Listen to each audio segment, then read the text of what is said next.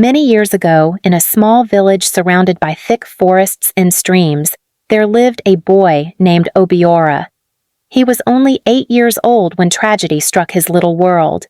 His mother, Enkay, was the only person he had left after his father died years earlier. She loved him more than life itself. She worked hard in the farms, fetched firewood, sold palm oil in the market, and made sure her son never went hungry. But sickness came like a thief in the night. It started with fever, then weakness, then the terrible cough that shook her whole body. Day by day, her strength left her.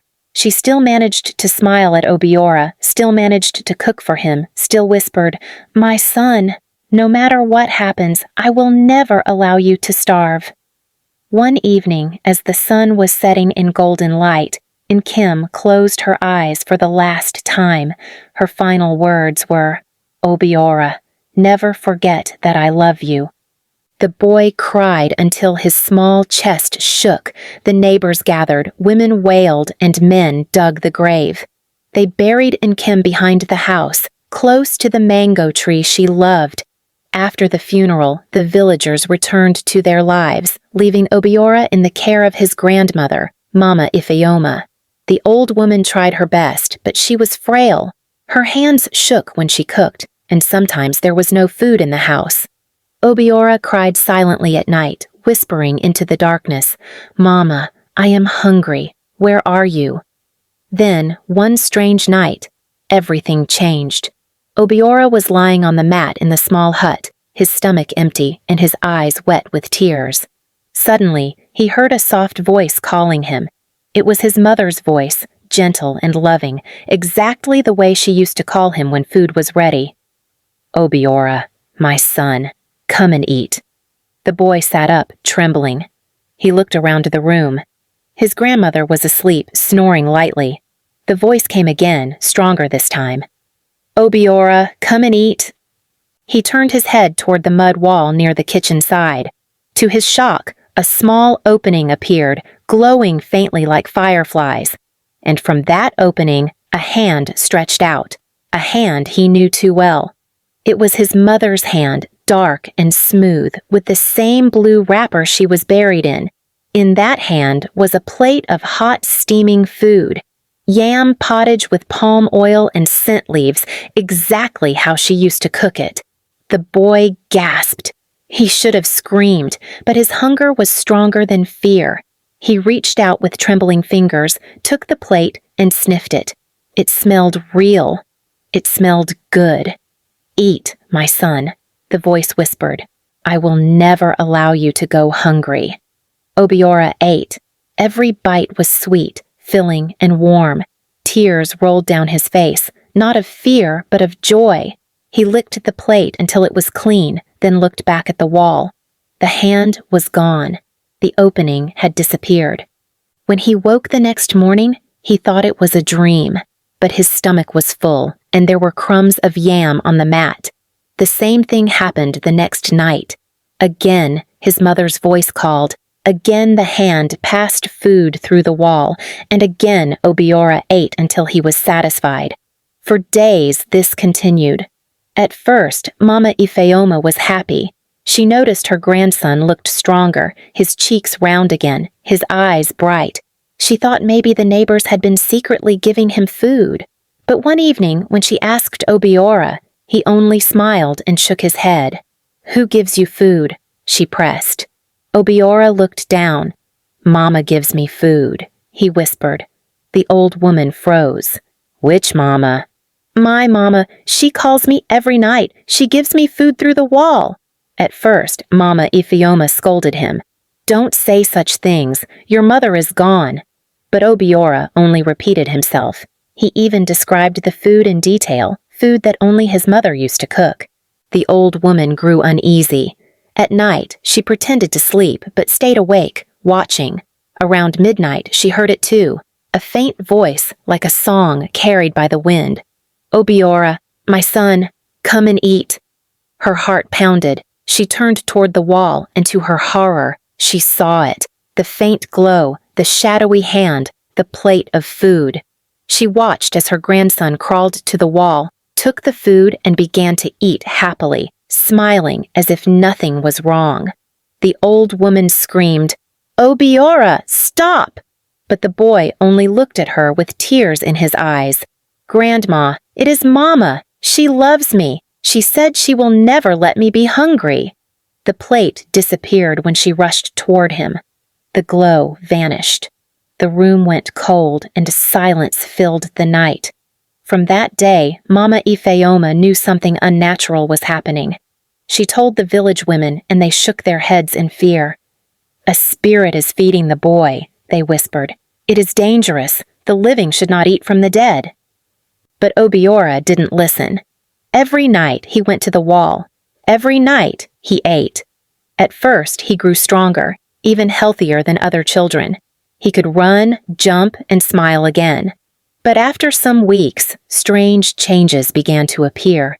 His skin turned pale, his eyes sunk deep, and he started speaking in his sleep. He whispered things that made the old woman shiver. "Mama, take me with you. I am not afraid of the dark world. I want to stay where you are."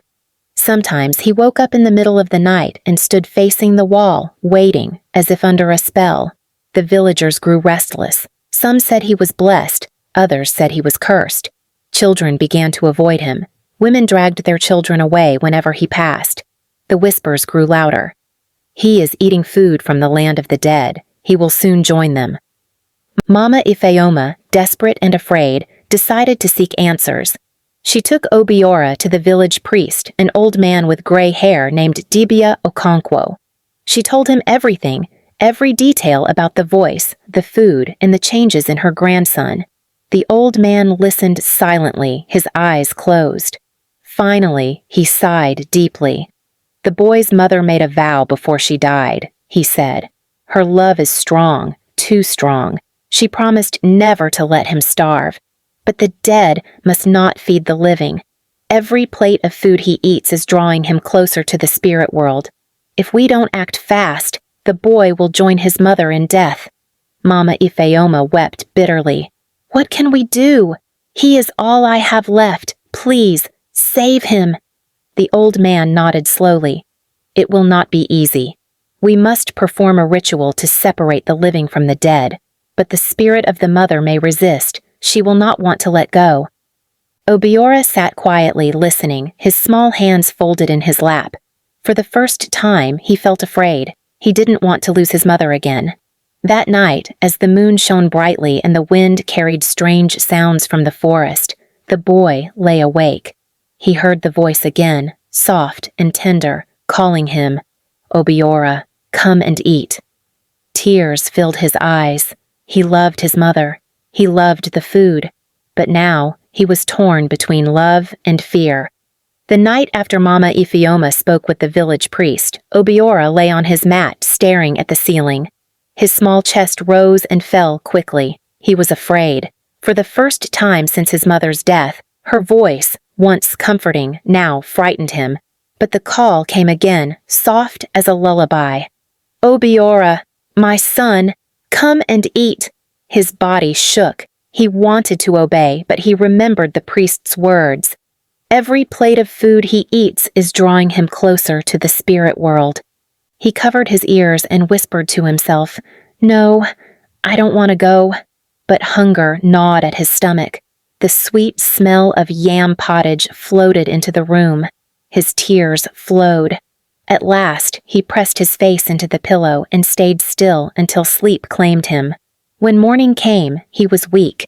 He hadn't eaten anything real in days because he refused the food from his grandmother. He missed his mother badly, and the thought of never seeing her again hurt more than the hunger. Mama Ifeoma took him back to Dibia Okonkwo. The priest said the ritual must be done on the next full moon, which was only 3 nights away. "The spirit of the mother will come," he warned. "Her love is pure, but it is dangerous. If we don't separate her from the boy, she will drag him with her." The villagers whispered among themselves. Some said it was wicked to drive away a mother's spirit. Others said it was the only way to save Obiora's life. That night, the grandmother tied a red thread around Obiora's wrist, a charm the priest had given her. "Do not remove this," she begged him. It will protect you." But the following night, as Obiora slept, the hand came again through the wall, glowing faintly. His mother's voice trembled with love. "My son, why didn't you come yesterday? Eat, you are hungry." Obiora's eyes filled with tears. He wanted to run to her, but when he looked at the thread on his wrist, he froze. The voice grew sadder. "Don't you love me anymore, Obiora?" The boy sobbed. "I love you, Mama, but they say your food will kill me." The hand trembled. The voice grew sharper. "Who told you that? I promised you will never be hungry. Come, eat." Obiora shook his head. His small body trembled like a leaf. "No, Mama, please, don't take me away." The hand withdrew slowly and the glow disappeared. Finally, the full moon came. The night was heavy with silence, the kind of silence that made even the trees seem afraid. The priest gathered the villagers at Obiora's compound. They lit a fire, placed a white cloth on the ground, and kept a calabash of palm wine, a cock, and some herbs. Obiora sat in the middle, clutching his grandmother's hand. His eyes darted around, frightened. The priest raised his staff and spoke. "Spirit of the departed, hear us. Enkay, wife of Ozawimena, mother of Obiora, we call you forth." The wind picked up suddenly. The fire danced wildly. A coldness swept through the compound. Then, slowly from the wall, the glow appeared. The villagers gasped and stepped back. A hand emerged first, then the figure of a woman in blue wrapper. Her face was beautiful, but pale, her eyes full of tears. It was Enkay. She looked at her son with such love that everyone's heart broke. "Obiora," she whispered, "come and eat. I cooked for you." She held out a plate of yam pottage, steaming hot. Obiora cried out, "Mama!" and tried to run to her, but the priest's assistants held him back. "No," shouted the priest. "Spirit of Enkay, you must let go. The dead cannot feed the living. Return to your place." The woman's eyes blazed. "He is my son. He is hungry. I swore never to let him starve." The priest threw herbs into the fire. The flames roared higher. "If you love him, release him. Your food is binding him to the land of the dead. Every bite drags him closer to you. Do you want his spirit to join yours before his time?" The spirit trembled. She looked at the boy. Obiora's tears streamed down his cheeks. "Mama, please don't leave me," he sobbed. Enkay's ghost wept too. She looked at the plate in her hands. Slowly she knelt, her body shaking. "I only wanted to care for him. I could not bear to see him hungry." The priest's voice softened. "Your love is great, but love must release, not hold captive. Bless your son and let him live. Only then will your spirit find peace." For a long moment, silence fell. The villagers held their breath. Then Enkay lifted the plate to her lips, kissed it, and set it gently on the ground. She placed her hand on her son's head, though it passed through like smoke. "My son," she whispered, "grow strong. Remember me, but live your life. I will always watch over you." The wind howled. The fire blazed.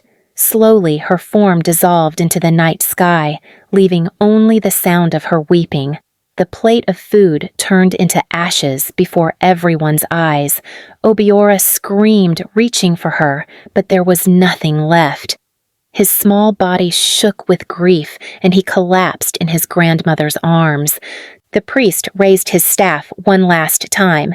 "It is done. The bond is broken." Days passed. Obiora refused to eat at first. He cried for his mother, calling her every night. But no voice came. The wall remained silent. No hand appeared again.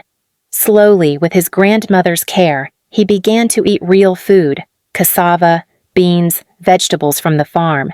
He grew stronger. His skin regained color. His eyes shone again, but he never forgot. Every time he ate yam pottage, tears rolled down his face. He remembered his mother's love, her vow, and her final goodbye. Years later, when Obiora became a man, he built a small shrine under the mango tree where his mother was buried. He lit a lamp there every night and prayed not to call her spirit back, but to honor her love. Whenever children in the village complained of hunger, he gave them food. Whenever widows struggled, he helped them. He said, "A mother's love must not be wasted. I will continue what she started."